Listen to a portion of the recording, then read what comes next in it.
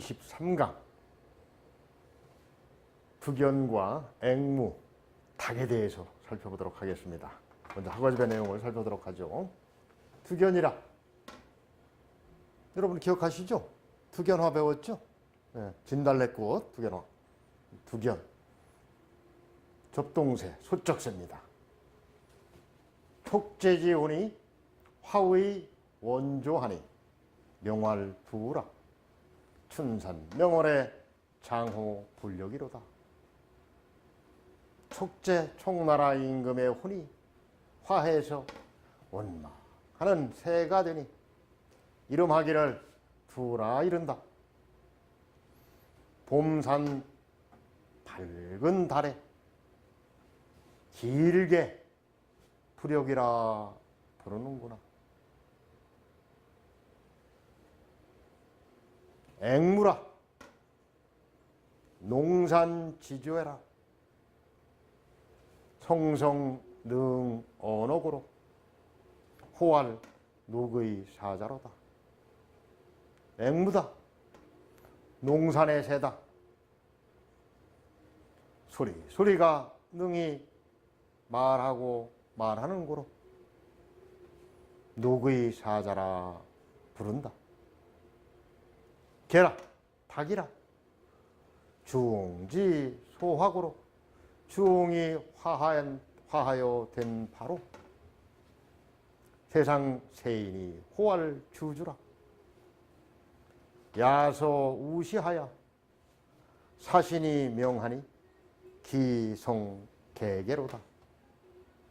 닭이다 주홍이 화한 고로 세상 사람이 주주라 부른다.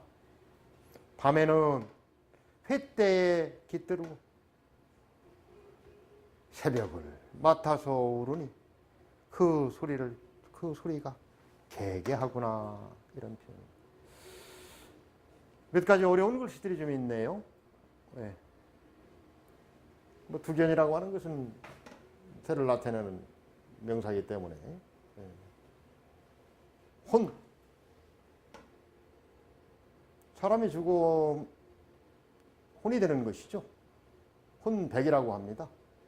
혼이라고 하는 것은 사람이 가지고 있던 이러한 생각들이 하늘로 올라가는 것을 혼이라고 그러고, 백이라고 하는 것은 뼛속에 남아서 그 참 후손들을 살피는 것을 백이라고 하죠. 혼이죠. 원망한다는 뜻입니다. 원망할 원자죠. 그 이외에는 뭐 그렇게 어려운 것은 없습니다.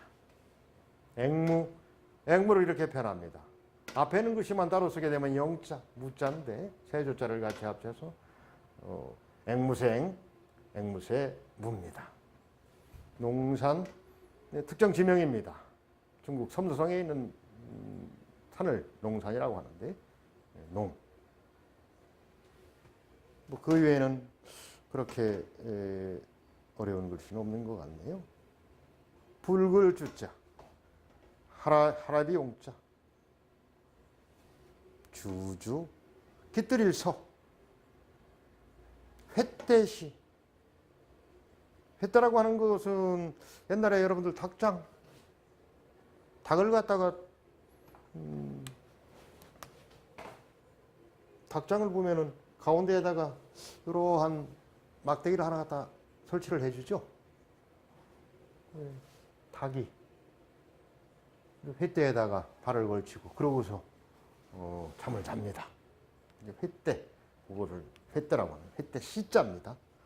흑토자에다 때 시자를 써서 마틀사 새벽신, 새벽에 울고 그 소리가 개개. 개개라고 하는 것은 역시 의성어죠. 그 소리를 나타내는 의성어가 개개라고 이렇게 표현합니다. 두견, 접동새, 소쩍새죠.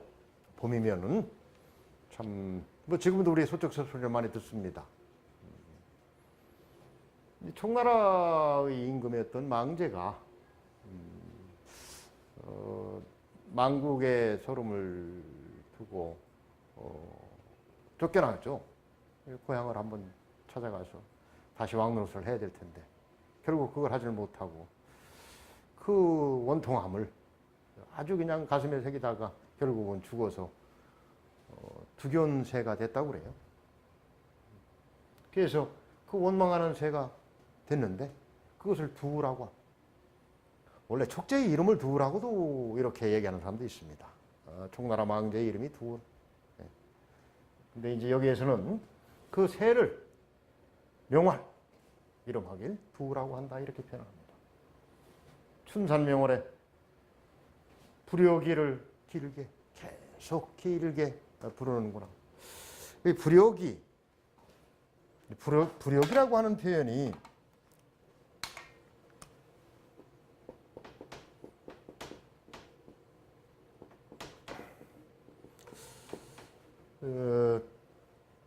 의성어라고 하는 얘기도 합니다.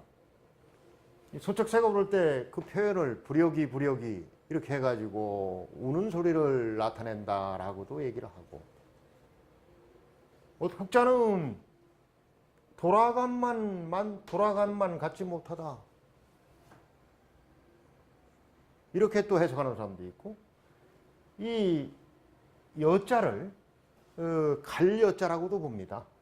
갈지자, 갈여, 간다. 돌아간다. 그래서 그걸 역이라고 하는 표현을 쓰기도 해요. 그래서 돌아가지 못한다. 돌아가지 못하는구나. 이렇게도 또 해석을 하는 사람도 있고, 돌아간만 못하다. 여기 있는 게 낫다는 얘기죠. 이런 표현들. 그래서 좀 각기 요 뜻을 달리하고는 있습니다만은, 제가 나름대로 해석을 해보기에는 이 여자를 갈지자로 이렇게 생각을 해가지고 돌아가지 못하는구나. 그 안타까움을 표현한 뭐 그러한 뜻으로 해석할 수도 있겠고, 또 이 소쩍새의 울음소리를 불효기 이렇게 의성어로 나타낼 수도 있겠습니다. 진달래 꽃을 항상 보면 두견화죠. 좀 뭔가 붉게 물들어 있습니다만은 좀 뭔가 그윽하면서도 좀 어둡게 느껴지는 그런 부분들이 좀 있는 것을 이렇게 빗댄 것 같기도 합니다. 오죽했으면은 총나라의 그 원통한 그 임금의 그 마음을 가지고 다시 환생한 것이 이러한 소쩍새가 되고, 그래서 아이고 돌아가지 못하고 있구나 이러한 탄식을 길게 내는 그러한 부분이 바로 소쩍새를 통해서 느껴볼 수가 있는 부분입니다. 과거에는 소쩍새가 그렇게 많이 우러대면 숫적다, 숫이 적다. 원래는 소적이 이게 되겠습니다만 숫이 적었다. 가을에 수확할 때는 숫이 적어서 어디에 거둔 수확물들을 놓을 수가 없을 정도로 풍성한 그러한 결실을 거둘 것이다. 풍년이 될 것이다라는 것을 뭐 이렇게 예견한다라고도 이렇게 또 해석을 하기도 합니다. 그래서 숫적다 또는 뭐 소탱이라고도 하죠. 소탱 이렇게 해가지고 숫이 너무 다 가득 찼다. 흉년이 될 것이다. 그 봄에 모내기를 하고 그 한 해의 어떤 결실이 과연 올해는 풍년일까 흉년일까 이것을 점치면서 이렇게 또 한번 해석했다는 얘기들도 있습니다. 이 두견새는 이와 같은 망제의 하늘 그대로 표현한 그러한 새이기도 합니다. 앵무새는 사람의 말을 알아듣는 것 같죠. 물론 흉내내는 거지만 사실 앞으로 지금 이제 4차 산업혁명의 시기라고도 하고 인간들이 만들어내는 그러한 각종 인공지능에 의해서 새로운 어떤 가치를 가진 존재들이 이제 만들어지는 것이죠. 인간의 두뇌의 이러한 영향들을 물질에다가 그대로 이식함으로 인해서 그것이 이제 인공지능의 역할을 하게 되고, 결국은 인공지능에 의해서 인간의 이런 활동들을 대신하게 함으로써 인공지능들이 또 다른 자기들의 영역을 갖게 되고, 그것이 인간에게 순종하면 관계없는데 인간들에게 거역하게 됨으로 인해서 참 상상하기도 어려울, 정말 싫을 그러한 일들이 생길 수도 있다라고 예견들을 하고 있죠. 물론 이제 인공지능에서 어떤 사람들의 일상이나 어떤 활동들을 뭐 대신하기도 하지만, 근데 과거에 지금부터 한 100년 전에 앞으로 우리가 100년 후에 일어날 일 중에 어떤 것이 가능할까를 한번 나름대로 예측을 해본 일이 있는데, 일본에서 주로 이루어졌었습니다, 당시에. 근데 그 당시에 나침의 소새끼라고 하는, 뭐 지금 일반 만엔짜리 집회에 나오는 노벨상을 수여받은 그런 소설가입니다. 고양이로 소이다, 나는 고양이로 소이다 하는 그러한 단편 소설이 있는데, 일본 사람들이 고양이를 굉장히 좋아했던 것 같아요. 그래서 앞으로 100년이 지나면 고양이와 서로 소통할 것이다 라고 하는 그런 예견을 했었는데, 지금 100년이 지났습니다만 아직까지 소통이 되지 않고 있어요. 근데 제가 보기에는 이러한 4차 산업혁명이 급진적으로 발전을 하게 되면 우리 인간들의 그러한 두뇌의 활동까지도 3D 프린터라든지 뭐 IoT, 뭐 사물 인터넷, 뭐 이런 것들을 다 융합해 가지고 그것을 그대로 읽어낼 수 있는 것, 이런 체계가 되는 것 같이 우리 주변에 있는 일반 참 동식물들의 그러한 가치들, 사고들도 읽어낼 수 있지 않을까. 그 몸짓들을 전부 데이터베이스화하고 소리를 또 데이터베이스해서 과연 그 동물들이 원하고 있는 것이 무엇이고 행동하고자 하는 것이 무엇인지를 우리가 예측해낸다면 뭐 소통도 되지 않을까 싶습니다. 어찌됐든 뭐 여지껏 인간의 목소리를 흉내내는 가장 그래도 근사한, 가까운 그러한 새가 앵무죠. 그 앵무새는 농산이라고 하는 중국의 그 섬서성 지역에 있는 산을 얘기하는데, 농산에 굉장히 많았다고 그럽니다.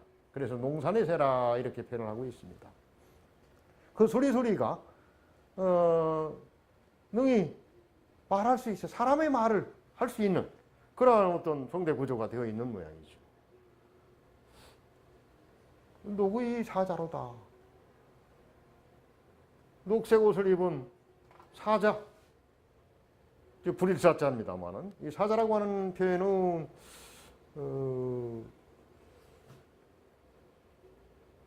임금이 심부름을 시키는 그러한 뭐 특사, 이러할 때 그러한 좀 높은 의미의 해석이라고 할 수 있습니다. 앵무새에 대한 어떤 과거의 얘기들이 전하고 있죠.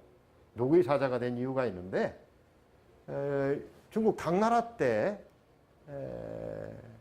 아마 장안 지역, 당나라의 수도가 장안이니까 장안에서 가장 잘 사는 사람의 이름이 양숭이라는 사람이 있었는데, 아마 그 부인이 그 옆집에 있는 사람과 내통을 한 것 같아요. 그러다가 결국 양숭이라고 하는 사람을 죽이게 됩니다. 거꾸로 죽이고 신고를 하죠. 그럼 관은 이 거대한 거부를 죽인 다음에 그 살인 사건을 해결하기 위해서 참 뭐 여러 사람을 불러다가 다 문초를 하고 해도 답이 나오질 않는 거예요.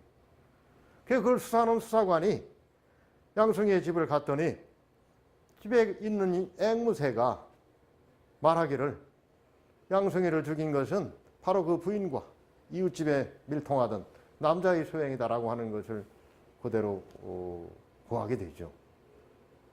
그리고 나서 그것을 가지고 수사를 진전해 보니까 앵무새의 말이 맞더라는 얘기입니다. 임금이 그 앵무새를 불러서, 야, 너야말로 노귀를 입은 사자라구나, 뭐 이렇게 해서 노귀 사자라고 하는 이런 표현들이 그때로부터 비롯된 것 같습니다. 어찌됐든 이 앵무새는 인간의 소리를 그대로 흉내내서 나름대로 인간과 소통할 수 있는 그러한 날짐승 중에는 가장 가까운 그런 존재였던 것 같습니다. 학어집에서는 그런 식으로 표현을 하고 있습니다. 다음에는 닭이죠. 닭개자죠. 개 초명이거든 이런 표현들. 개가 아침에 울거든 절수에 비녀부터 새로 꽂고 하는 소학의 구절도 있습니다만은 항상 아침을 상징하는 것이 닭이죠. 닭이 꼭 끼어 울면 우리 인간의 일상사가 비로소 시작되는 겁니다. 닭은 그런 맥락에서 아침, 닭과 아침이라는 것은 떼내야 될 수 없는 그런 관계죠. 닭을 이렇게 표현하고 있습니다. 주홍이 화해서 된 거로. 세상 사람들이 이 닭을 주주라고 부른다. 이 주주라고 하는 것 역시도 닭의 울음소리를 표현하기 위해서 결국 이 주홍이라고 하는 사람을 가설하는 것 같아요. 세상 사람들이 주주라고 부르는데 닭이라고 하는 건 저녁에 되면 앞서 말씀드린 그런 횟대에서 길들여서 깃들여서 깃들일 서자죠. 서식지 깃들여서 쉰다 해서 서식지죠. 새들이 어디에 서식하느냐 하는 이런 표현이죠. 주로 날짐승들이 깃들인다. 깃들일 서죠. 둥지를 튼다는 그런 표현이기도 하죠. 저녁에 횟대에 깃들여서 맡을 사자입니다. 새벽을 맡는 거예요. 닭이라고 하는 것은 새벽을 맡아. 인간을 대신해서 야 새벽이 되었고 지금부터 활동할 때다 하는 것을 알려주고 때에 따라서는 재촉하기도 하고 이런 표현이죠. 그래서 우르는 그 소리가 개개하구나 이런 표현이죠. 닭이라고 하는 것 가금류라고 하죠. 집에서 기르는 날짐승입니다. 인간과 가장 곁에 있으면서 먹잇감이 되기도 하고 또 과거에는 참 달걀이 귀했죠. 지금도 달걀이 3, 4천 원 가던 것이 한 판 30개가 지금 10,000원이 넘고 있습니다만은 그 당시에는 최고의 고단백 식품이죠. 그런 것들을 제공하기도 하고 정말 닭이라고 하는 것은 정말 유용한 그런 우리의 이웃입니다. 근데 요즘 초래 독감 때문에 엄청난 재앙이죠. 사실 우리가 그 제러미 리피큰이라는 사람이 육식의 종말이라고 하는 책에서도 잠시 적시를 했습니다마는 사람의 어떤 식탐을 충족시키기 위해서 그 많은 자연을 훼손시키고 특히나 그 아마존의 그 원시림들을 전부 초지로 바꿔서 소를 키우고 그 소를 키워서 그 소고기를 먹고자 하는 사람의 식욕을 충족시키는 그러한 어떤 구조를 보면서 정말 육식은 하지 말아야 되겠다는 그런 표현들을 했었습니다. 근데 지금 구제역이라든지 조류독감이라든지 이러한 부분들이 그동안 좀 너무 지나칠 정도의 인간 본의적이고 인간의 욕구, 욕망만을 충족시키기 위해서 정말 우리하고 가까이 있는 소, 돼지, 닭, 오리 이런 가금류들, 가축류들이 어찌 보면 지금 반발을 하는 것이 아닌가 그런 생각도 한번 해보게 됩니다. 이 닭을 정말 우리의 새벽을 인간을 대신해서 담당해주고 그래서 우리에게 알려주는 그러한 어떤 전령사 이런 역할을 담당했던 닭이라 이렇게 또 표현을 하고 있습니다. 자, 전체적으로 한번 오늘 살펴본 내용들을 한번 개관해보죠.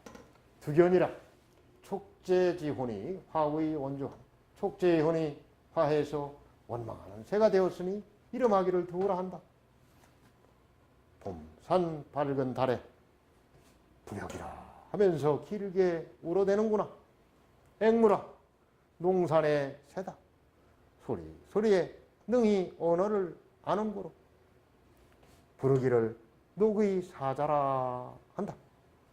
닭이라 중이 화한 바가 된 고로 세상 사람들이 주저라 부르고 저녁에는 횃대에 깃들여 있어서 새벽을 맡아서 우나니 그 소리가 개개하구나.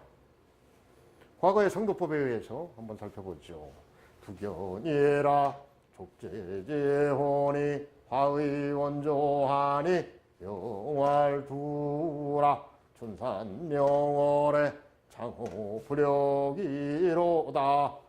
앵무라 농산지조야라 성성능언오고로 호활록의 사자로다.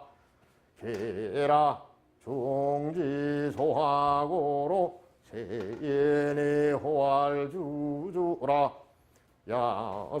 야소우시하야 사신이 명하니 기성개개로다. 이번 시간에는 두견새, 앵무 그리고 닭에 대해서 살펴보았습니다. 가까이 있는 사람들을 좀 아끼는 그러한 우리 SNS 타임즈 시청자 여러분 되시면 좋겠습니다. 감사합니다.